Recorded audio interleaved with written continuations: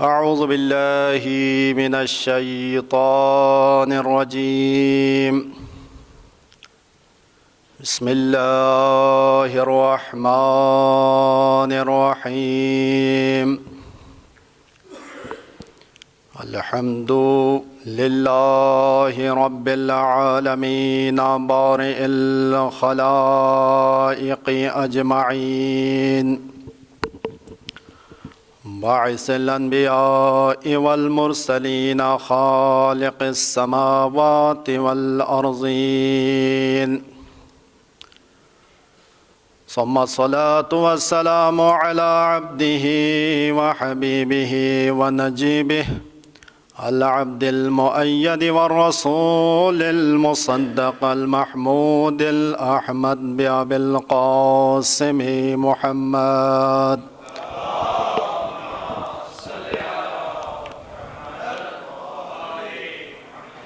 وعلى أهل بيته الطيبين الطاهرين المعصومين، واللعن الدائم على أعدائهم أجمعين من الآن إلى قيام يوم الدين. أما بعد، فقد قال الحكيم في محكم كتابه المتين: بسم الله الرحمن الرحيم. يريدون ليطفئوا نور الله بأفواههم والله متم نوره ولو كره المشركون. صلوات.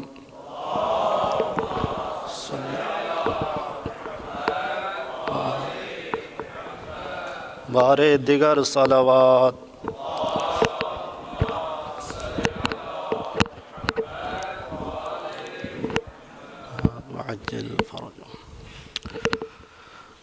تمام تعریفیں اس خالق لم یزل ولا یزال کے لیے کہ جس نے اس کائنات ہستی کو خلق فرمایا، پھر اس کائنات ہستی میں اللہ تعالیٰ نے آسمان کو ستاروں کے ذریعے زینت بخشا، ستاروں کے ذریعے اس کائنات کو سجایا۔ اب یہ سجا ہوا کائنات جب تیار ہوا تو اللہ تعالیٰ نے اس میں مہمانوں کو بلانا شروع کر دیا۔ اب اللہ تعالیٰ نے مخلوقات کی تخلیق کا سلسلہ شروع کیا۔ اللہ تعالیٰ نے انواع و اقسام کے مخلوقات کو خلق فرمایا، پھر انہی مخلوقات میں سے 3 قسم کے مخلوقات کو اللہ تعالیٰ نے عقل کی نعمت سے نوازا۔ 3 قسم کے مخلوقات کو اللہ تعالیٰ نے عقل کی نعمت سے نوازا۔ ایک قسم جنات میں سے، ایک قسم انسانوں میں سے، اور ایک قسم فرشتوں میں سے۔ یہ 3 انواع ہے جن کو اللہ تعالیٰ نے عقل کی نعمت سے نوازا ہے اور ان کو مکلف قرار دیا ہے۔ اب اللہ تعالیٰ نے ان تینوں قسموں میں سے بھی جو شرف کا تاج تھا، جو احسن تقویم کا تاج تھا، اسے انسانوں کے سروں پر سجایا۔ جو احسن تقویم کا تاج تھا اسے انسانوں کے سروں پر سجایا۔ پھر اللہ تعالیٰ نے اب ہدایت کا بھی بندوبست پہلے سے کر رکھا ہے۔ اب اللہ نے جو ہادی منتخب کرنا ہے وہ بھی انسانوں میں سے ہی منتخب کیا۔ جتنے بھی انبیاء اور رسول ہیں، جتنے بھی ائمہ ہیں، وہ سارے کے سارے انسانوں میں سے ہیں۔ اب اتنا کچھ کرم انسانوں پر کرنے کے باوجود سب سے زیادہ اللہ تعالیٰ کے افعال پر اعتراض کون کرتے ہیں؟ انسان کرتا ہے۔ کہتے ہیں کہ اللہ تعالیٰ نے اس کو وہاں پر کیوں بنایا ہے، اس کو یہاں پر کیوں بنایا ہے، فلاں کو نبی کیوں بنایا ہے، فلاں کو نبی کیوں نہیں بنایا، فلاں کو امام کیوں قرار دیا ہے، فلاں کو امام کیوں قرار نہیں دیا۔ بھائی اللہ کے صفات تو آپ نے پڑھ رکھے ہیں، قرآن مجید میں جو اوصاف اللہ کے ذکر ہوئے ہیں ان میں سے ایک صفت جو متعدد بار قرآن میں ذکر ہوا ہے وہ صفت حکیم ہے۔ صفت حکیم، حکیم حکمت سے ہیں، یعنی اللہ تعالیٰ حکیم ہے جو بغیر حکمت کے کوئی بھی فعل انجام نہیں دیتا۔ اسی لیے کہا جاتا ہے کہ فعل الحکیم لا یخلو عن الحکمہ، حکیم کا جو فعل ہوتا ہے وہ حکمت سے خالی نہیں ہوتا ہے۔ اب اللہ نے جو ترتیب خلقت کی ہے اس میں بھی ضرور حکمت سے کام لیا ہے، اب جو ترتیب انبیاء و رسول کے بھیجنے کا ہے اس میں بھی حکمت سے کام لیا ہے۔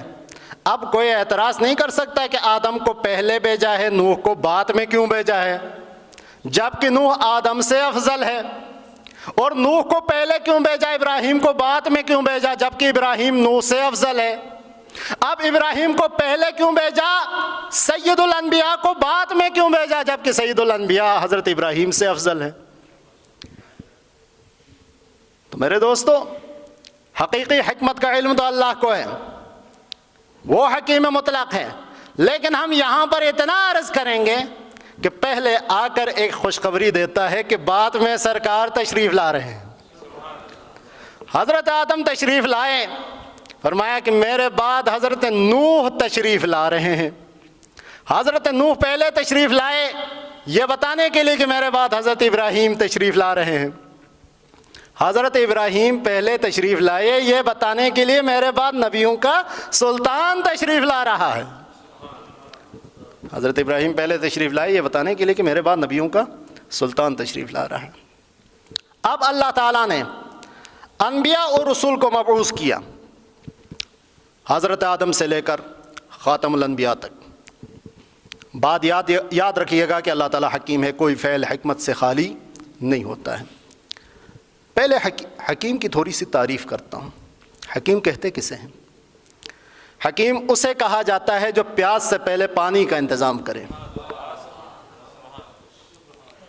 حکیم اسے کہا جاتا ہے جو سفر سے پہلے زاد راہ کا انتظام کرے۔ حکیم اسے کہا جاتا ہے جو ہر خطرے سے پہلے اس خطرے سے نمٹنے کے اوزار کا انتظام کرے۔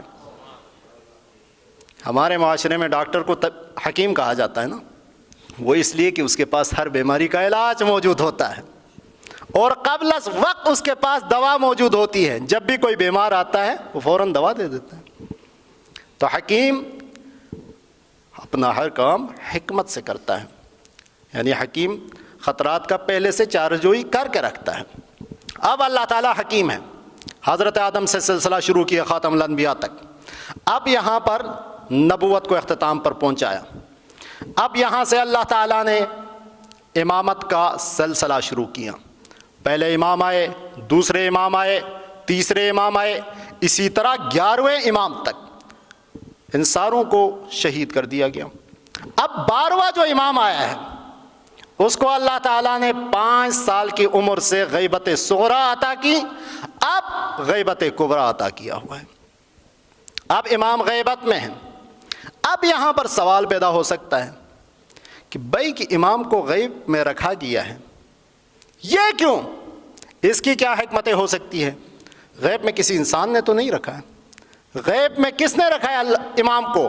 اللہ تعالیٰ نے، اور اللہ تعالیٰ ہے حکیم مطلق، اور کوئی بھی کام حکمت کے بغیر انجام نہیں دیتا، لہٰذا اس میں بھی حکمتیں ہیں۔ اب چند حکمتیں قرآن و حدیث کی روشنی میں آپ کی خدمت میں بیان کرنے کی کوشش کروں گا۔ صلوات پڑھیے محمد و آل محمد کی ذات میں۔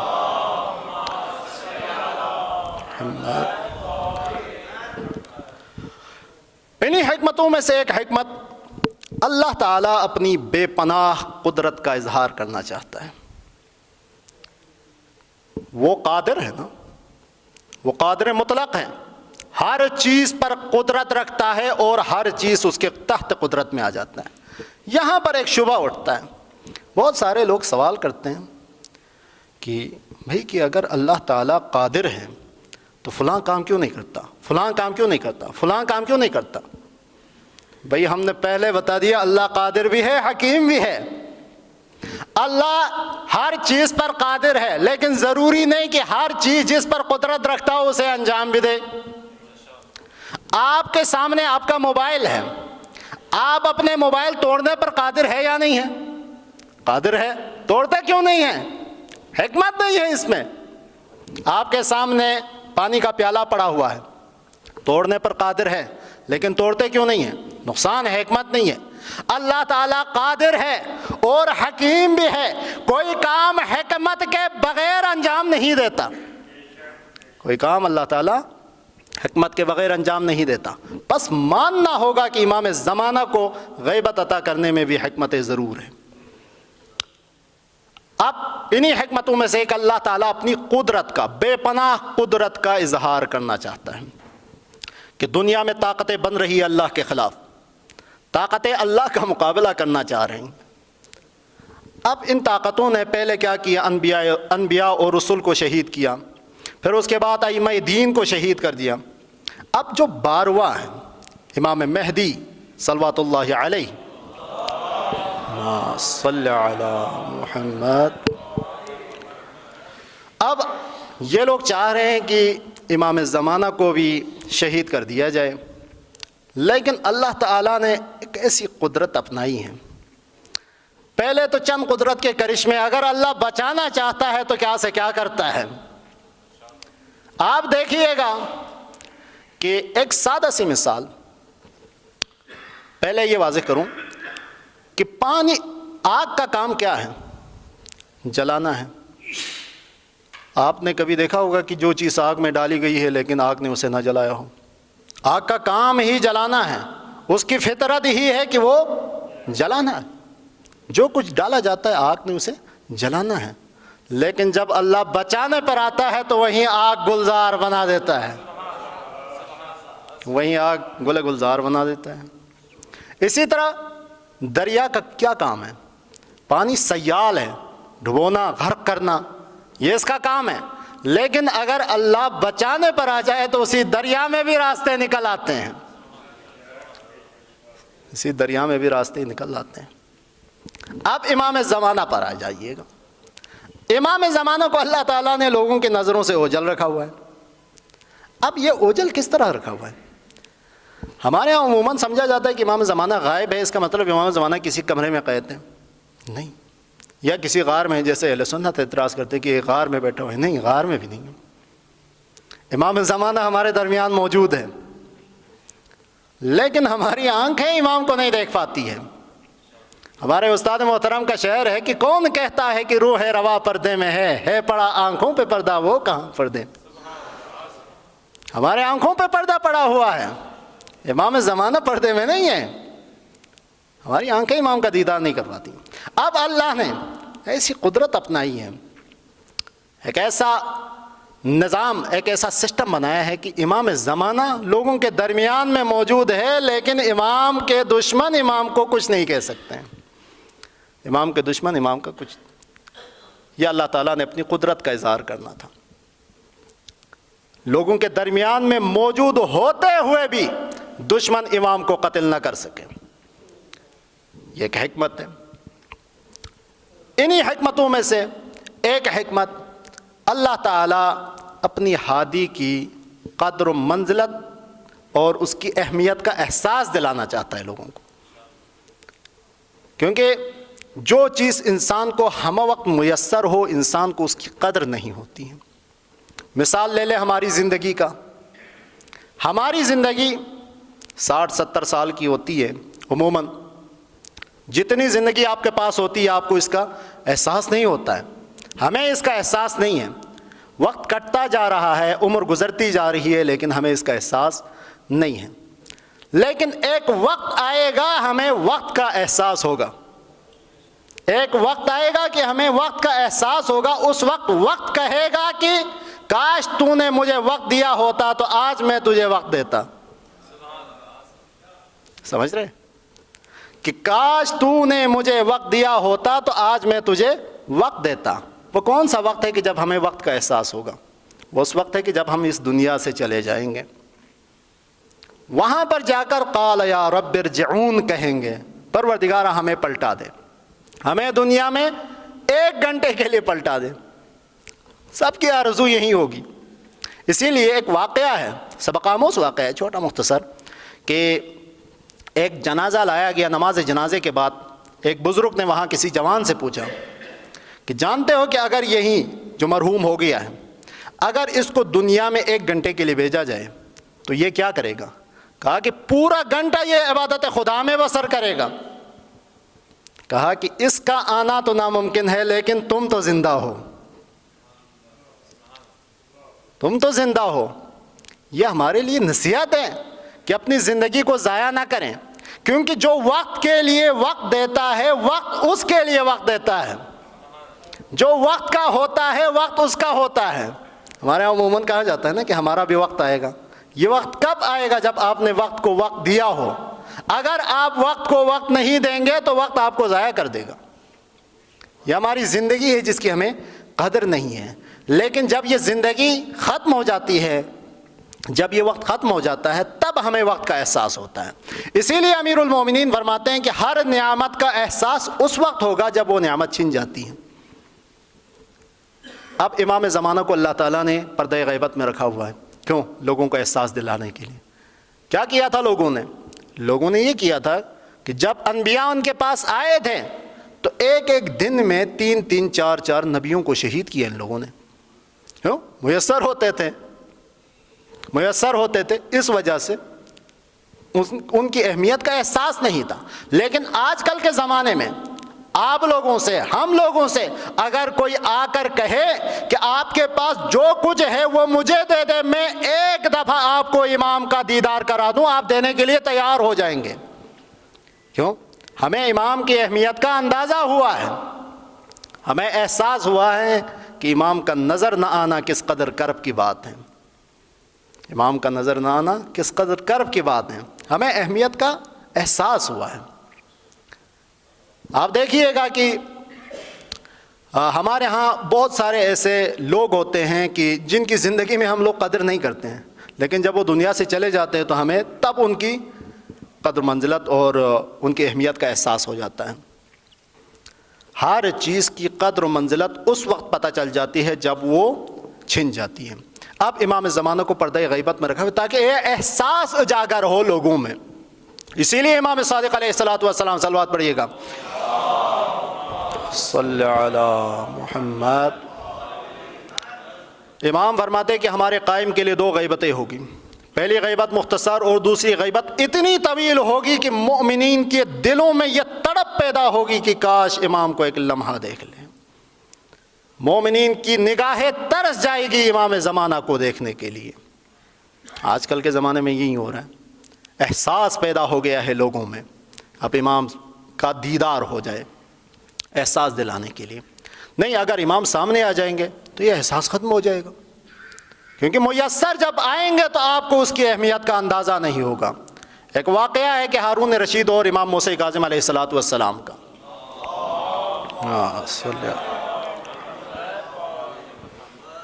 ہارون رشید امام موسیٰ کاظم کے ساتھ آیا روضہ رسول پر، آ کر وہ اپنی قرابت کا اظہار کر رہا ہے رسول اللہ کے ساتھ، لوگوں کو دکھانے کے لیے۔ کہا السلام علیکہ یا رسول اللہ، سلام ہو آپ پر اے اللہ کے رسول۔ السلام علیکہ یا ابن عم، سلام ہو آپ پر اے میرے چاچا کے بیٹے۔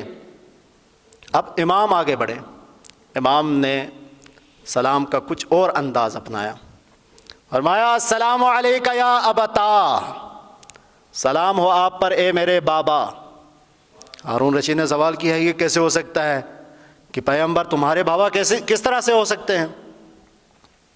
امام نے فرمایا کہ سن، کہ اگر پیغمبر خدا دنیا میں دوبارہ تشریف لائے اور تجھ سے تیری بیٹی کا ہاتھ مانگ لے تو تم کیا کرو گے؟ اس نے کہا کہ میرے لیے تو سعادت کی بات ہے، میرے لیے تو فخر کی بات ہے کہ نبیوں کا سلطان میرا داماد بن جائے۔ اب امام نے فرمایا کہ تجھ میں اور ہم میں یہی فرق ہے کہ نبی اگر دنیا میں آ جائے تو تجھ سے تیری بیٹی کا رشتہ لے سکتا ہے، لیکن میری بیٹی خود نبی کی بیٹی ہے، کیونکہ میں نبی کا فرزند ہوں۔ اب یہاں پر اسی واقعے سے شاید مثال کے طور پر ذکر کیا ہے۔ آپ دیکھیے گا کہ ہارون رشید کیا کہتے ہیں، نبی دنیا میں آ جائے تو بیٹی دینے کے لیے تیار ہے، نبی دنیا میں آ جائے تو نبی کے قدموں میں بیٹھنے کے لیے تیار ہے، لیکن وقت کا محمد سامنے کھڑا ہے لیکن احساس نہیں ہے، وقت کا محمد سامنے کھڑا ہے لیکن احساس نہیں ہے۔ کیونکہ ہم میسر ہو تو اس کی اہمیت کا احساس نہیں ہوتا ہے. اسی لیے لوگوں کے دلوں میں احساس پیدا کرنے کے لیے اللہ تعالیٰ نے امام زمانہ کو پردے غیبت میں رکھا ہوا ہے. انہی حکمتوں میں سے ایک حکمت کہ خود لوگوں کا امتحان ہے کہ لوگ کب تک صبر کریں گے. امتحان ہمیشہ صبر کا ہی ہوتا ہے. توجہ ہے آپ کی, امتحان ہمیشہ صبر کا ہی ہوتا ہے. آپ دیکھیے گا کہ قرآن مجید میں اللہ تعالیٰ ارشاد فرما رہا ہے وَلَنَبْلُوَنَّكُمْ بِشَيْءٍ مِّنَ الْخَوْفِ وَالْجُوعِ وَنَقْصٍ مِّنَ الْأَمْوَالِ وَالْأَنفُسِ وَالثَّمَرَاتِ, کہ ہم ضرور بضرور تمہارا امتحان لیں گے, مال میں کمی کر کے, پھلوں میں کمی کر کے, تمہاری جانوں کا امتحان لیں گے. لیکن ان تمام امتحانات میں اگر صبر کیا تو وَبَشِّرِ الصَّابِرِينَ, صبر کرنے والوں کے لیے خوشخبری ہے. اب یہاں پر امتحان صبر کا لیا جاتا ہے. اب اللہ تعالیٰ خود مؤمنین کا امتحان لینا چاہ رہا ہے. بھائی مؤمنین میں اور بنی اسرائیل میں تو فرق ہونا چاہیے. مؤمنین میں اور بنی اسرائیل میں تو فرق ہونا چاہیے. بنی اسرائیل نے کیا کیا تھا؟ بنی اسرائیل میں جب حضرت موسیٰ اللہ تعالیٰ سے کلام کرنے کے لیے کوہ طور پر چلے گئے تھے 30 دن کے لیے, وعدہ کیا تھا حضرت موسیٰ سے وَإِذْ وَاعَدْنَا مُوسَىٰ 30 لَيْلَةً, ہم نے موسیٰ سے وعدہ کیا 30 راتوں کا. وَأَتْمَمْنَاهَا بِعَشْرٍ, پھر کیا ہوا 10 دن اور مزید انہیں رکنا پڑا. فَتَمَّ مِيقَاتُ رَبِّهِ 40 لَيْلَةً, بس موسیٰ کو کوہ طور پر رکنا پڑا 40 راتیں. اب یہاں پر قوم سے وعدہ کیا تھا کہ میں 30 دن بعد واپس آؤں گا, لیکن 40 دن ہو گئے. کتنے دنوں کا اضافہ ہوا؟ 10 دنوں کا. اب 10 دنوں میں سارا قوم بچڑا پرست بن گئے. 10 دنوں میں, صرف 10 دنوں میں ساری قوم بچڑے کی پوجا کرنے لگے. یہی تو فرق ہے بنی اسرائیل میں اور مؤمنین میں. بنی اسرائیل 10 دن صبر نہ کر سکے, لیکن مؤمنین 1400 سالوں سے صبر کر رہے ہیں. کیونکہ مؤمنین کو خوشخبری انہوں نے دی ہے جنہیں مخبر صادق کہا جاتا ہے, جن کا نام بھی صادق ہے. انہوں نے فرمایا کہ ہمارا قائم قریب آئے گا. مومنین آج بھی اسی انتظار میں ہے کہ قائم آئیں گے. اللہ تعالیٰ خود مومنین کے صبر کا امتحان لینا چاہ رہا ہے, مومنین کی آزمائش ہے. اور اس میں بھی میں کہنا چاہوں گا وَبَشِّرِ الصَّابِرِينَ, مومنین کے لیے ہی ہے. آپ صبر کریں گے تو آپ کے لیے بھی خوشخبری ہے. انہی حکمتوں میں سے ایک حکمت خود مومنین کا تحفظ ہے. امام زمانہ علیہ الصلاۃ والسلام کو پردہ غیبت میں رکھا ہوا ہے. صلوات پڑھیے گا محمد وآل محمد.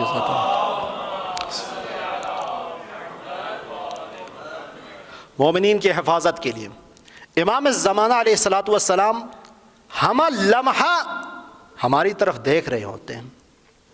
امام زمانہ ہم سے بے خبر نہیں ہیں. خود امام فرماتے ہیں کہ ہم تمہارے اوپر ایک شفیق باپ سے بھی زیادہ مہربان ہیں. آپ کو معلوم ہے کہ باپ کتنا شفیق ہوتا ہے. باپ بچے کو ذرہ برابر خراش آ جائے باپ سے برداشت نہیں ہوتا ہے. پھر آگے ایک اور روایت کے مطابق امام فرماتے ہیں ہم تم سے بھی زیادہ مہربان ہیں. آپ یہ تھوڑا سا تشریح طلب ہے کہ ہم تمہارے اوپر تم سے بھی زیادہ مہربان ہیں. انسان کو سب سے زیادہ محبت کس چیز سے ہوتی ہے؟ اپنے آپ سے. اپنے آپ سے محبت ہوتی ہے. آپ کہیں گے نہیں مولانا, انسان کو تو سب سے زیادہ محبت اولاد سے ہوتی ہے. اولاد کے لیے خود کو فنا کر دیتا ہے. مال سے ہوتی ہے, مال کمانے کے لیے صحت کو فنا کر دیتا ہے, مال کمانے کے لیے جوانی کو فنا کر دیتا ہے. نہیں, مال و اولاد سے محبت اس لیے کہ ان کی نسبت خود کے ساتھ ہے. یہ میرا مال ہے اس وجہ سے محبت ہے, یہ میری اولاد ہے اس وجہ سے محبت ہے. ورنہ تو اگر آپ کے سامنے کسی اور کے بچے پر ظلم ہو تو آپ کو تکلیف نہیں ہوگی. کیوں؟ وہ اولاد تو ہے لیکن کسی اور کا ہے.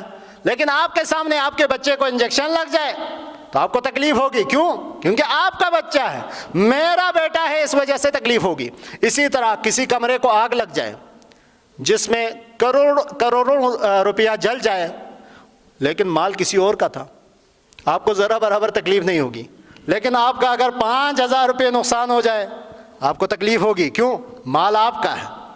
اب یہاں پر مال سے محبت ہے کس وجہ سے؟ میرا مال ہے۔ اولاد سے محبت ہے کس وجہ سے؟ میری اولاد ہے۔ حقیقت میں انسان کو اپنے آپ سے محبت ہے۔ امام فرماتے ہیں کہ ہم تمہارے اوپر تم سے بھی زیادہ مہربان ہیں، یعنی آپ اپنے آپ کو اتنا نہیں چاہتے جتنا امام آپ کو چاہتے ہیں۔ پھر امام آگے فرماتے ہیں کہ اگر ہم تم سے ذرہ برابر لمحہ بھر کے لیے بھی اگر غافل ہو جائے تو یہ دنیا تمہیں تباہ و برباد کر دے گی، دشمن تمہیں تباہ و برباد کر سکتے ہیں۔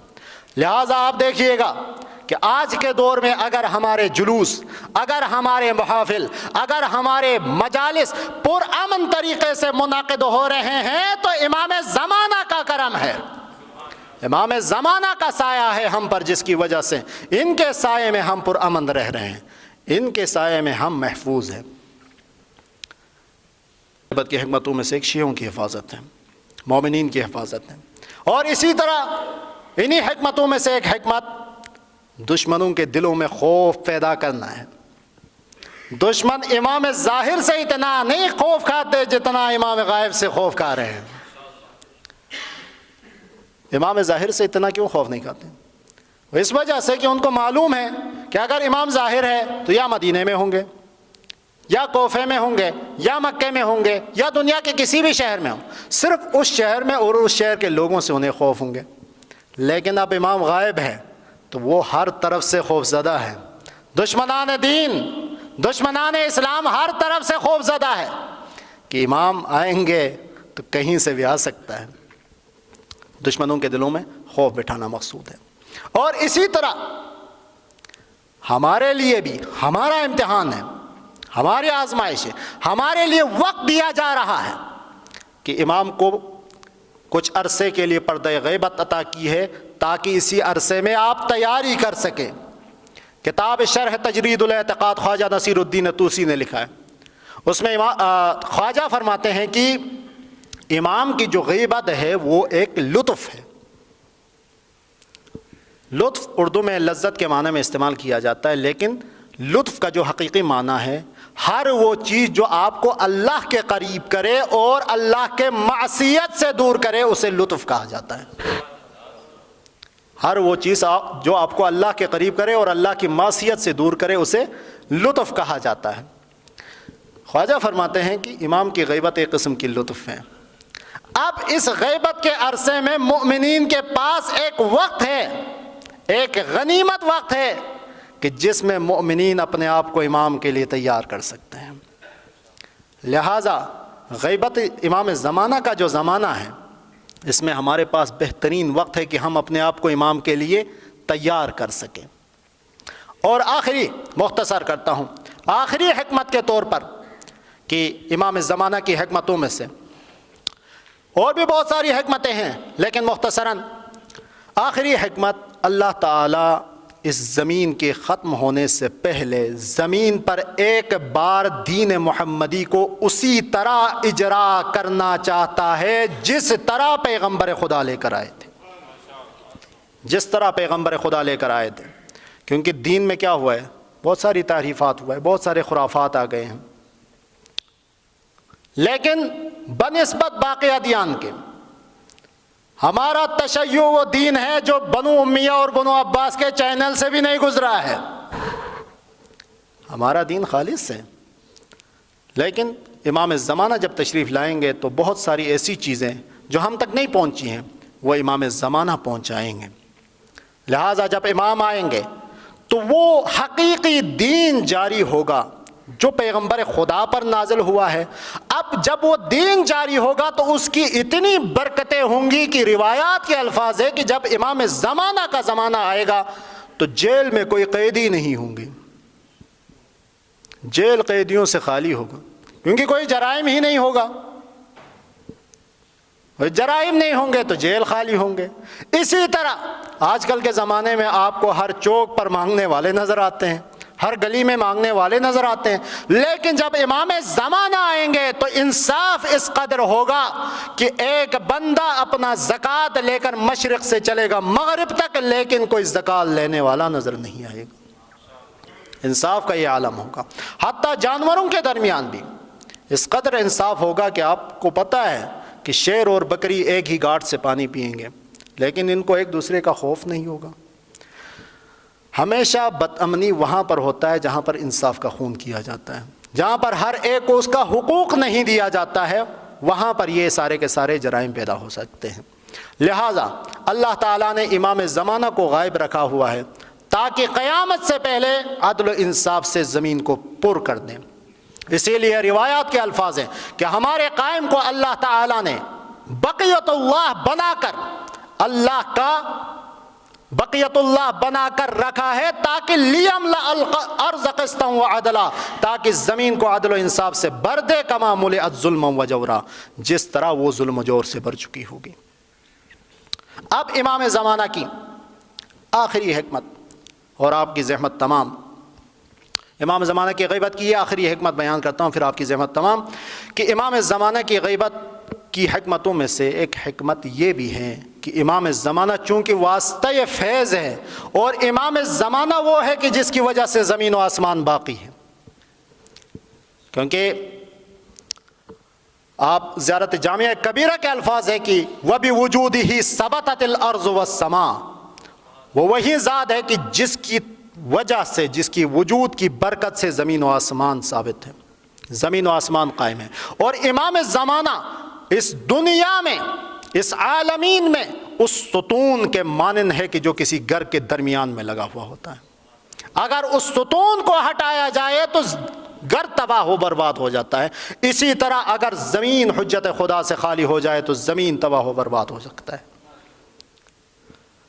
تو امام زمانہ واسطہ فیض ہے۔ اگر امام کو اللہ تعالیٰ غیبت عطا نہیں کرتا تو لوگ امام کو شہید کر دیتے، اور اگر امام شہید ہو جائیں گے تو کائنات کا نظام نہیں چل سکتا، کیونکہ کائنات میں رزق مل رہا ہے امام کی وجہ سے۔ زیارت جامعہ کبیرہ کے الفاظ ہے وَبِيُمْنِهِ رُزِقَ الْوَرَىٰ، ان کے طفیل سے پورا عالم رزق پا رہا ہے۔ اور خود جامعہ کبیرہ کے الفاظ ہے بنا انزل اللہ الغیث، کہ ہم ہی ہے جس کی وجہ سے اللہ بارش کو نازل کرتا ہے، ہم ہی ہے جس کی وجہ سے زمین سبزہ اگاتی ہیں۔ لیکن اگر امام نہیں ہوں گے تو اس صورت میں نہ آسمان بارش برسائے گا، نہ زمین سے سبزہ نکل آئے گا، تو اس صورت میں پورا نظام کائنات مختل ہو جائے گا۔ اور امام کا اور کائنات کے درمیان علیت کا رشتہ پایا جاتا ہے، اگر امام نہیں تو کائنات اپنے رہنے والوں سمیت دس جائے گی۔ لہٰذا انہی حکمتوں کو جو میں نے بیان کیا ہے، ان کو خلاصتاً آپ کے حوالے کر رہا ہوں کہ اللہ تعالیٰ حکیم مطلق ہے، جو کوئی بھی کام کرتا ہے حکمت سے خالی نہیں ہوتا ہے۔ اب امام زمانہ کو اللہ نے غیبت میں رکھا ہوا ہے، ضرور اس کی حکمتیں ہیں، انہی حکمتوں میں سے ایک اللہ اپنی قدرت کا اظہار کرنا چاہتا ہے۔ دوسری حکمت یہ ہے کہ اللہ تعالیٰ اپنی ہادی کی اہمیت اور احساس لوگوں کے دلوں میں اجاگر کرنا چاہتا ہے۔ انہی حکمتوں میں سے ایک یہ ہے کہ لوگوں کی آزمائش مقصود ہے، مؤمنین کا امتحان مقصود ہے، مؤمنین کو ظہور سے پہلے امام زمانہ کے لیے تیار کرنا مقصود ہے، اسی طرح خود مؤمنین کی حفاظت بھی مقصود ہے، اسی طرح دشمنان دین کے دلوں میں امام کا خوف بٹھانا ہے، اور اسی طرح امام زمانہ علیہ الصلاۃ والسلام کی حفاظت کائنات کے بقا کا بھی سبب ہے۔ پروردگار عالم سے دعا ہے کہ پروردگار عالم امام زمانہ عجل اللہ تعالی فرجہ شریف کو جلد از جلد ظہور عطا کر دے۔ پروردگار عالم ہمیں امام کے اعوان و انصار میں سے قرار دے۔ پروردگار عالم امام کے قلب کو ہم سب سے راضی و خوشنود کر دے۔ پروردگار عالم ہماری اس قلیل سے عبادت کو اپنی بارگاہ میں قبول و منظور کر دے۔ پروردگار عالم ہماری تمام گناہان کبیرہ و صغیرہ کو معاف فرما دے۔ پروردگار عالم دنیا میں ہمیں ائمہ معصومین علیہم السلام کی محبت اور آخرت میں ان کی شفاعت نصیب فرمائے۔ والسلام علیکم ورحمۃ اللہ وبرکاتہ۔ بر محمد وآل محمد صلوات۔